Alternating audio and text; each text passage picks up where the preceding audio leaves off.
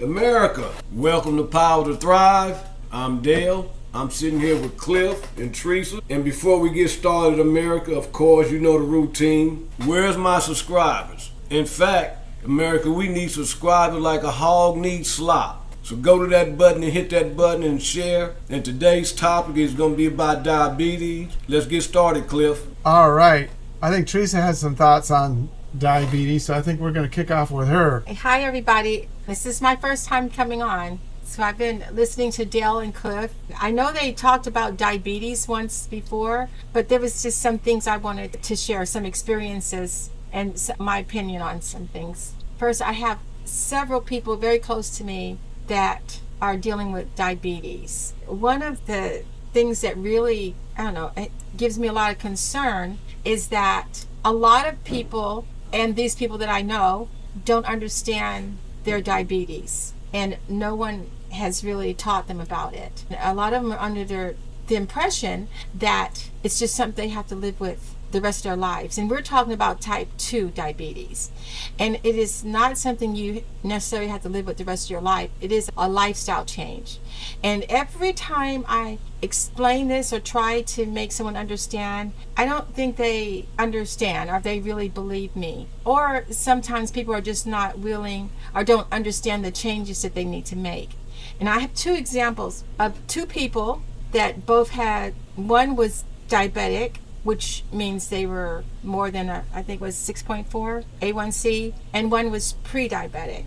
The person that was diabetic was way diabetic and in not good health at all. And when his doctor said, "You won't live long like this, you need to make changes," and it scared him, and he made the changes. And what he did was he started watching his diet as far as not just having a clean, basically whole foods diet, and exercising, those two things, and he lost weight. Those three things, after he did this for about a year, and he was very dedicated to it, where his A1C was way up in the teens, it came down to a 5.3, which means he was no longer diabetic or pre-diabetic.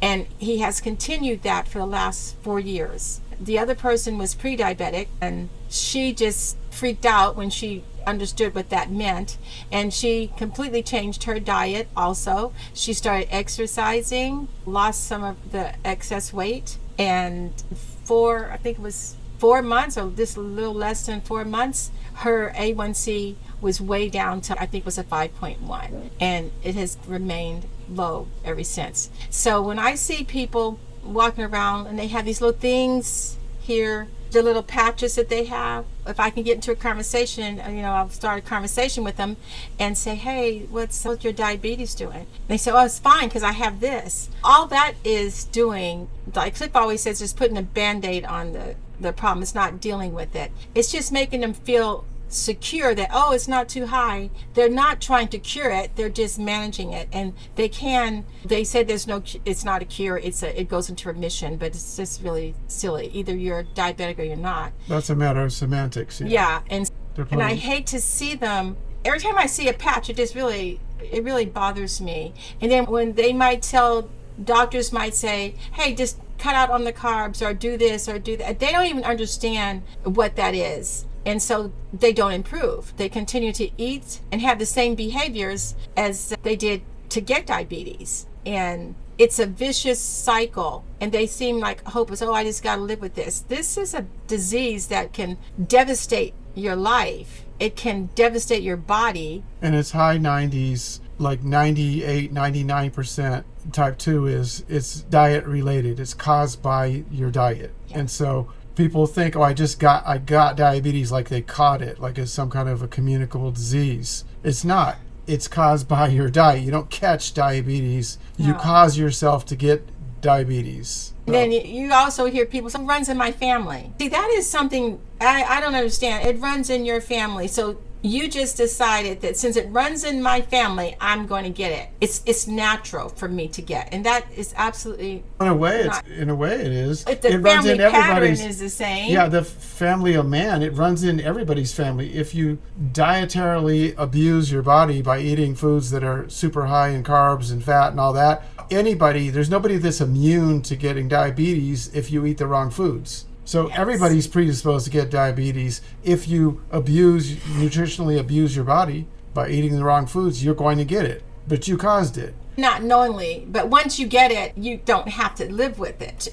You can absolutely change it. And the thing is, a lot of us are stubborn. Nobody's perfect, and we love to eat certain foods. So they taste good, they just may not be good for you. So to have the mindset to say, hey, I've got this can get worse, I have to change. You have to have the commitment to your health, your life, to do that, because this disease can cause you to lose limbs, bad blood circulation, and you cut yourself. It's horrible. And I don't want anybody to have to live with it if they don't have to. We did an episode and we were talking about it afterwards that barely anybody watched it. It's like they were allergic to the episode. What's your thoughts on that? Listen, here's the deal. You're talking about people eating the wrong foods, right? Okay, Yeah. do they know, okay, what are the wrong foods? Yeah, that's what I'm saying. What are the And wrong it's foods? a lot of What them are don't. the right foods? So these people get a real understanding on how crucial that is on what they put in their body. The right foods are things that aren't processed. But that's like And telling them that all the foods they're addicted to, they can't eat because the processed foods are the foods that are highly addictive. So now you're saying that the foods you love, the foods that you're also addicted to, those are the foods that's causing the diabetes. Now you can't eat them anymore. And that's hard for people. That's very hard for people. But what's even harder is living with a bad case of diabetes and what it starts doing to your body. And this little thing that they put on is not helping. It's a Band-Aid, like you say. Yeah, it's a Band-Aid. And you're still a prisoner of the disease. And it's so hard. Foods are engineered now to make you crave them, to make you dependent on them. And they're not good for you. They have all kind of chemicals in them. They're engineered as an addiction, specifically. Yeah, they want you to be addicted to them. Yeah. And so diabetes is a type of disease that lives off of that. And the good food is whole food, whole foods. Your body was designed to But explain to them handle what the whole whole foods. foods are. What are whole foods? Give them a couple of things on whole foods that could be really helpful in their diet. So whole foods, the killer superfood of whole foods for diabetes is oatmeal, leafy greens like kale, collard greens, broccoli, all that stuff, lentils, beans, black beans, those type of food. And because they are whole, just like they came from the plant, they didn't go through machines and get processed and go through all these stages of processing, which ups the sugar content of these foods. And that's what gives you the diabetes. Your body has to break down whole foods. It knows how to do that, your digestive system. And that's what your digestive system was made for, is breaking down whole foods. So if you eat what you're supposed to be eating, what your body's made for, your body can handle it. And Dale is my cousin, and I understand, and Cliff is my husband. But anyway, when we were young, Dale, you and I, growing up, we grew up in the country. And I think our great-grandmother, grandma had 3 gardens around the house. And that's what we ate. We grew the food and we ate it. We had a farm. We had all kind of animals on it. They barely went to a grocery store. We planted peas, like 200. corn, cabbage, watermelons, cantaloupe. We had peach trees. We had Everything. You name it, we did it. And it's not even, nothing was put into that food. It grew from the ground. And when we went to the grocery store, it was just for basics. We barely bought foods from the grocery store. And I know that seems odd. That seems like, how can that be? But when you're raised like that, you eat the food that you grow right there on your property. And Adele and I, we had to run around and we had to feed the pigs, the chickens, the cows, the shell till your fingers hurt so bad. Yeah. We didn't realize that this was healthy for us. It was just normal for us. Now, living in the cities and everything, have the big grocery stores. Like Cliff always says, when we go into the grocery store, he thinks there's about 5% of everything in that grocery store we can buy. Everything else, maybe 10, but that's about it. Yeah, everything else is useless for your health. And it's toxic, the rest of it. Yeah. And I remember Dale telling me he went to, I don't know what chicken place it was. Churches. And he ordered. Church's Chicken. It was Church's, okay. And it was profound because I still remember it. And he ordered, and when he got his order, when he got his pieces of chicken, he was like, "What is this? What is this?" Because what did you have, Dale? A week? I had a 2-piece, and when they handed it to me, the box wasn't closed. I'm like, what the heck? So when I opened it, it's 2 pieces connected, not a wing and a leg. They was together. So I looked at it, I'm like, this shit is steroids. So I just threw it out the window. Yeah. I was hungry, but I just couldn't eat it, and I didn't eat it. You Yeah. weren't that hungry. He wasn't No. that hungry because he knew. No. Dale knows that growing up on that farm, when you cook chicken, these pieces are naturally small. They're not big and bloated like that. So yeah, if they're feeding animals bad stuff like these steroids and everything, and when they kill them and they clean them up and then they sell them, we're still eating it when Well, we eat you're not chicken. just eating it, you're eating concentrated amounts because animals act as concentrators. So if the animals are eating chemicals, it concentrates in the animal. And then when you eat the animal, you're getting 20 times, 30 times the dose that the animal had. Yeah. See, this is why we can't stay healthy. We cannot stay healthy. We cannot trust because it's in the grocery store, it's safe for us. That's not, absolutely not true. It's more about making, like Big Pharma making money. We have this, we didn't even know what this stuff was when we were young, all these diseases, and young children are becoming diabetics early. Well, you didn't see young children when you guys were growing up 40 years ago, 50 years ago. There wasn't any young children You're with... going really too far with that 50 years Listen, ago. here I am at 63. Well, I didn't go say- I'm 63. Yeah. Be 64 in 6 months. And far as I know, I've never been a diabetic. Ever. In fact, No, you probably have not. But you got better eating habits than the Than a people lot of now. people. The people now, their eating habits are getting steadily worse as time progresses. Yeah, listen, I had someone once, they didn't feel good and they needed to probably change their diet and that they ate meat like 4 times a day. And that's just too much. And along with all the processed foods, people don't feel good because of the food we eat. And a lot of people don't understand what a healthy diet is. Like you said, Dale, they don't know. And I go to grocery store and I look at these carts and I feel so bad for people. Because I'm like, look at You know what it's the going to food do. pyramid is wrong. Yeah, you know what the food you're looking in the carts and you know what it's going to do to them. Yeah, because then that's why I feel bad. And I'm not, all of us, none of us are perfect and we don't have perfect bodies, but we can you try to do everything we can to help ourselves and not help and our you know bodies to something? get Me personally, sick. I eat in moderation. I don't eat a whole lot at one time. I eat it like I have a plate of food.